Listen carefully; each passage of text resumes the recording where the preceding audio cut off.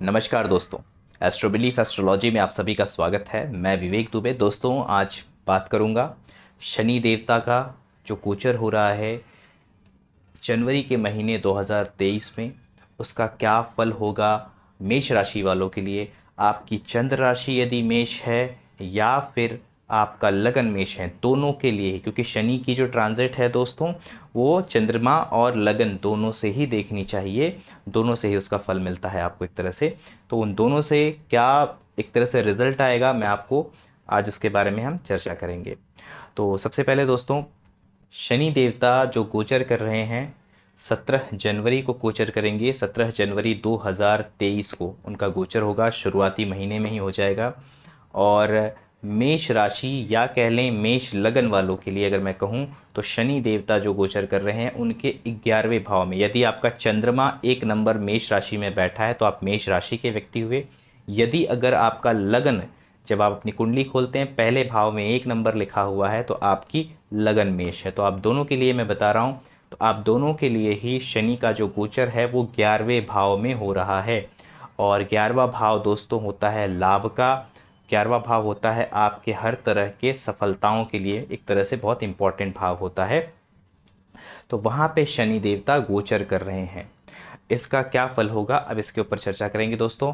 आगे बढ़ने से पहले दोस्तों, अगर आप ज्योतिष सीखना चाहते हैं, ज्योतिष से जुड़ा कोई कोर्स करना चाहते हैं, तो आप मेरे वेबसाइट पे विज़िट कर सकते हैं, मुझे कांटेक्ट कर सकते हैं। या फिर किसी प्रकार की कंसल्टेशन लेना चाहते हैं तो वो भी आप मेरे व्हाट्सएप पे कांटेक्ट करके मुझसे बात कर सकते हैं।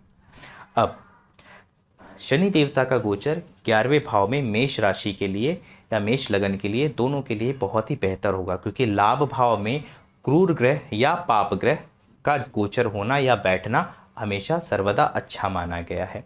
अब ये कितना अच्छा होगा, किन के लिए अच्छा होगा, किन के लिए कम अच्छा होगा, या किन के लिए कुछ बुरा भी हो सकता है, उसके बारे में हम चर्चा करेंगे। दोस्तों देखिए, शनि देवता 11वें भाव में जब गोचर करेंगे तो कुंभ राशि से जो गोचर करेंगे, कुंभ राशि में वो लगभग जो नक्षत्र पड़ेंगे वो 3 नक्षत्र पड़ेंगे, जो कि पहला नक्षत्र है जो कि मंगल देवता का नक्षत्र है धनिष्ठा, उससे वो गोचर कर रहे हैं।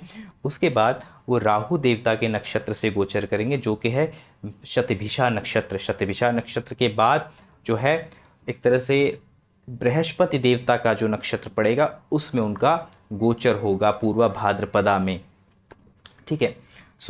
आपको बता दूं, जिनका भी शनि 6वें भाव में, सबसे ज़्यादा लाभ किसको होगा, सभी के लिए अलग अलग फायदों के मायने बन सकते हैं, उसके ऊपर में हम चर्चा करते हैं। मान लीजिए आपके शनि देवता अगर पहले ही घर में बैठे हैं, यानी कि आपकी कुंडली में मेष राशि में ही शनि देवता बैठे हैं, यहाँ पे शनि देवता नीच के होते हैं, डेबिलिएटेड माने जाते हैं।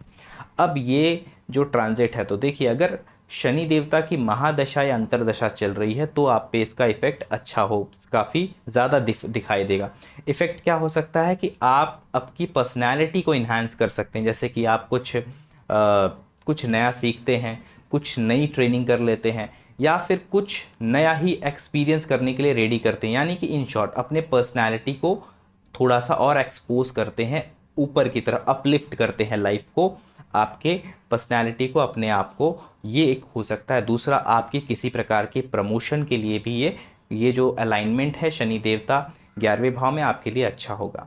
जिनका भी शनि दूसरे भाव में बैठा हुआ है उनके लिए ये क्या संभावनाएं बनता है, धन के लिए बहुत अच्छी संभावनाएं बनाता है। शनि दूसरे भाव में आपके जन्म कुंडली में अगर बैठे हुए हैं और शनि का गोचर यहाँ 11वें भाव में, तो ये कहीं ना कहीं 2.5 साल में काफ़ी अच्छा कॉम्बिनेशन है कि धन के लिए, वेल्थ के लिए बहुत अच्छा कॉम्बिनेशन है मैं कहूँगा। और उसके बाद अगर तीसरे भाव में शनि बैठे हैं, आपके तीसरे भाव में शनि बैठे हैं, उनके लिए मैं बता दूं, जो भी आपने अभी तक एफर्ट लिए हैं, जो भी लाइफ में आपने रिस्क लिए थे, कि बहुत लोग रिस्क लेते हैं ना कि शायद ये सक्सेसफुल हो जाए, एक चांस लेके देखता हूँ, तो जो लोगों ने ऐसा कुछ किया है तो उनके लिए भी ये सही समय है। उनका जो ये एफर्ट था उसको कहीं ना कहीं मेटेरियलाइज करने का ये समय रहेगा, उसमें उनका बेनिफिट्स उनको मिलेंगे। किसी ने अपने स्किल के दम पे कुछ चालू किया है, कुछ नया स्टार्टअप किया है, उसको भी बेनिफिट होगा। यहाँ पे बिजनेस स्टार्ट किया है तो स्किल से रिलेटेड है, कोई भी चीज़ें हैं, कुछ एफर्ट आपने लिया है, कुछ नया कुछ करने की कोशिश की है, ऐसे लोगों को तीसरे भाव में अगर आपका शनि बैठा है और आपने कुछ ऐसा किया है तो ये समय आपको लाभ के लिए अच्छा है। शनि का ये गोचर आपको लाभ देगा। चौथे भाव में शनि अगर आपके बैठे हुए हैं आपकी कुंडली में, तो ये समय अगर शनि की महादशा अंतर्दशा चल रही है तो बहुत चांसेस है कि आप किसी प्रकार का घर ले सकते हैं, प्रॉपर्टी ले सकते हैं, किसी कंस्ट्रक्शन के भागीदार बन सकते हैं आप कहीं ना कहीं। ये उस चीज़ों को दर्शाता है। एक तरह से प्रॉपर्टी के लिए मैं कहूँगा बहुत अच्छा कॉम्बिनेशन ये बनता है। अगर शनि देवता की महादशा अंतर्दशा चल रही है तो इसके आसार ज़्यादा नज़र आएंगे आपको इन आने वाले 2.5 साल में। उसके बाद अगर शनि देवता आपकी कुंडली में पंचम भाव में बैठे हुए हैं तो दोस्तों ये कुछ हद तक अगर आप टेक्निकल एजुकेशन से हैं, टेक्निकल कुछ सीख रहे हैं, शेयर मार्केट से भी रिलेटेड हो सकता है, ऐसी चीज़ों में आपको कहीं ना कहीं बेनिफिट देगा। यहाँ पे लव अफेयर के लिए मैं नहीं कहूँगा कोई बेनिफिट है, बिकॉज लव अफेयर्स को शनि देवता, जैसे मैंने कहा, इमोशंस और रिश्तों को शनि देवता ज़्यादा सपोर्ट नहीं करते, याद रखिएगा। अगर आपकी कुंडली में शनि देवता छठवें भाव में बैठे तो ये एक मैं कहूँगा बहुत अच्छी कॉम्बिनेशन हो जाएगी। इनको ऐसे जिनके भी चार्ट में शनि यहाँ पे बैठे हुए हैं उनको प्रमोशन, उनको किसी प्रकार का रिकॉग्निशन मिलने के बहुत सारे चांसेस है। नए जॉब्स, नए अवसर से बेनिफिट्स इनको मिल सकता है। आगे बढ़ता हूँ। शनि देवता अगर आपकी कुंडली में सप्तम भाव में बैठे तो विवाह के योग भी बन सकते हैं, विवाह होने की संभावना। हाँ, इसके लिए शनि देवता की महादशा अंतर्दशा हो तो ज़्यादा सटीक होगा, अदरवाइज़ ये जनरल ही समझिए इसको। तो एक तरह से मैं कहूँगा अदरवाइज़ जो बिज़नेस पार्टनरशिप है, वो जो लोग पार्टनरशिप में बिज़नेस कर रहे हैं उनको कहीं ना कहीं इससे बेनिफिट मिल सकता है। अगर आपके शनि देवता बहुत ही क्रिटिकल एक पोजीशन है, शनि देवता अष्टम भाव में बैठे हुए, 8वें भाव में अगर आपके शनि देवता बैठे हुए हैं तो 8वें के स्वामी मतलब 8-11 की कॉम्बिनेशन आपकी बन रही है ट्रांजिट से। सो वो फ़ायदे हो सकते हैं जो आपने सोचा ही नहीं, यानी कि आपकी प्लानिंग से कुछ फ़ायदा तो नहीं दिखेगा, लेकिन हाँ आपने जो भी कुछ कार्य किया होगा या फिर आपकी मेहनत का ना हो के भी वो पैसा आपको मिलने के चांसेस बनते हैं। यानी कि वो पैसे आएंगे अकस्मात, आपको आइडिया नहीं कहाँ से आ रहे, क्यों आ रहे, मतलब तुमने सोचा प्लान कुछ और किया था, हो कुछ और रहा है, बेनिफिट कहीं और से ही आ रहा है। तो ये सिचुएशन आपको देखने मिल सकती है। शनि देवता अगर नवम भाव में है तो दोस्तों ये आपके लिए स्पिरिचुअल टाइम है, मैं कहूँगा स्पिरिचुअल चीज़ें करने के लिए बेहतर है, और लक को कहीं ना कहीं थोड़ा सा सपोर्ट मिलेगा। मेजर इसमें कुछ मैं नहीं कहूँगा कि बहुत कुछ बेनिफिट है, बट हाँ थोड़ा सा सपोर्ट ज़रूर मिलेगा। शनि देवता किसी के दशम भाव में अगर बैठे हुए हैं तो ये ट्रांजिट उनके जॉब, प्रोफेशन, करियर में ग्रोथ के लिए बहुत अच्छा है। ओवरऑल चीज़ें बढ़ेंगी, पेमेंट, सैलरी से आपकी बढ़ सकती है, आपका ओहदा बढ़ सकता है, उसके लिए ये एक अच्छा उपयुक्त समय है। शनि का ये गोचर उसके लिए बेहतर माना जाएगा। अगर आपके शनि देवता 11वें भाव में ही बैठे हैं तो ये आपका सैटर्न रिटर्न है। आप 30 साल के होने वाले हैं, 30 ईयर्स आपके कंप्लीट होने वाले हैं। तो इसे कहते हैं कि एक लंबा एक्सपीरियंस शनि ने आपको दे दिया, तो ये समय भी ओवरऑल उनके लिए ठीक ठाक रहेगा। थोड़ा हो सकता है कुछ चैलेंजेस देखने पड़े जीवन में, सच्चाइयाँ, बेटर बोलते ना, बिटर ट्रुथ, कड़वे सच जो होते हैं जीवन के, कुछ उनको आपको थोड़ा सा एक्सपीरियंस हो सकता है कराएं Shani, but at the end आपके लिए ये बेनिफिट ही रहेगा। जिनके भी शनि देवता 12वें भाव में बैठे हुए हैं उनके लिए ये गोचर एक तरह से विदेशों से लाभ, विदेशी कंपनियों से या मल्टीनेशनल कंपनियों से लाभ दिखाता है।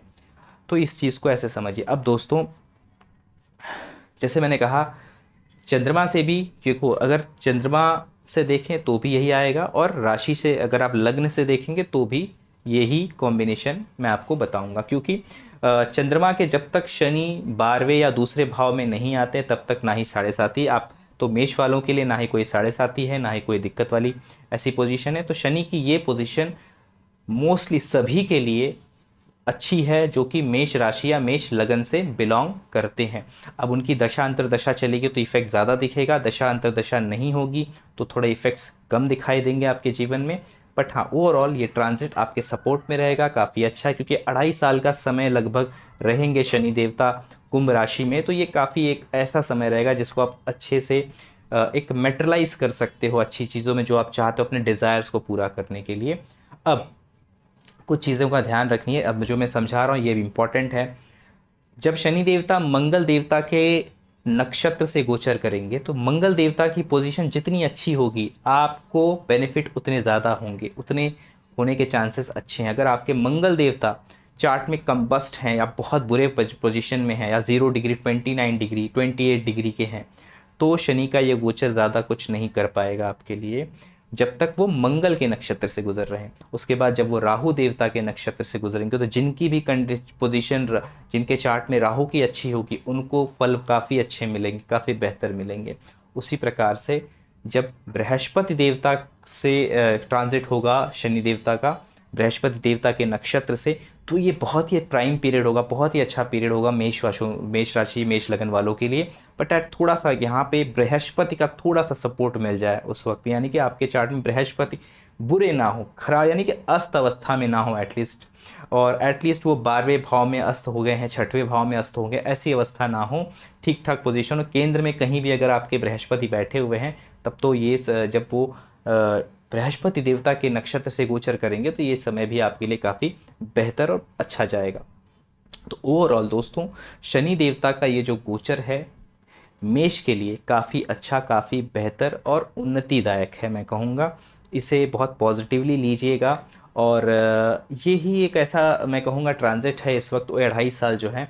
कोशिश करिए जो भी आपके मैक्सिमम एफर्ट आपने आज तक लगाए हैं किसी चीज़ को अचीव करने के लिए, तो ये समय है कि उसको वहाँ पे थोड़ा सा और पुश करिए अपने आप को। क्योंकि सैटर्न देखिए यहाँ पे जब शनि देवता आएंगे तो उनकी तीसरी दृष्टि एस्पेक्ट होगी आपके लगन के ऊपर। तो लग्न यानी अपने आप को राइज करने में, थोड़ा सा आपको अपने आप को इम्प्रूव करने में, आपको थोड़ा सा हार्डवर्क करने के लिए मजबूर करेंगे वो। उसके बाद उनकी 7th एस्पेक्ट 5th हाउस पे आएगी। दैट्स वाई आई सेड कि लव अफेयर, एजुकेशन, अगर टेक्निकल एजुकेशन है तो बहुत अच्छी बात है, फॉर्मल एजुकेशन के लिए थोड़ा सा ध्यान रखने की ज़रूरत है, ध्यान देने की ज़रूरत है। लव अफेयर्स को यहाँ पे कोई सपोर्ट नहीं मिलता है।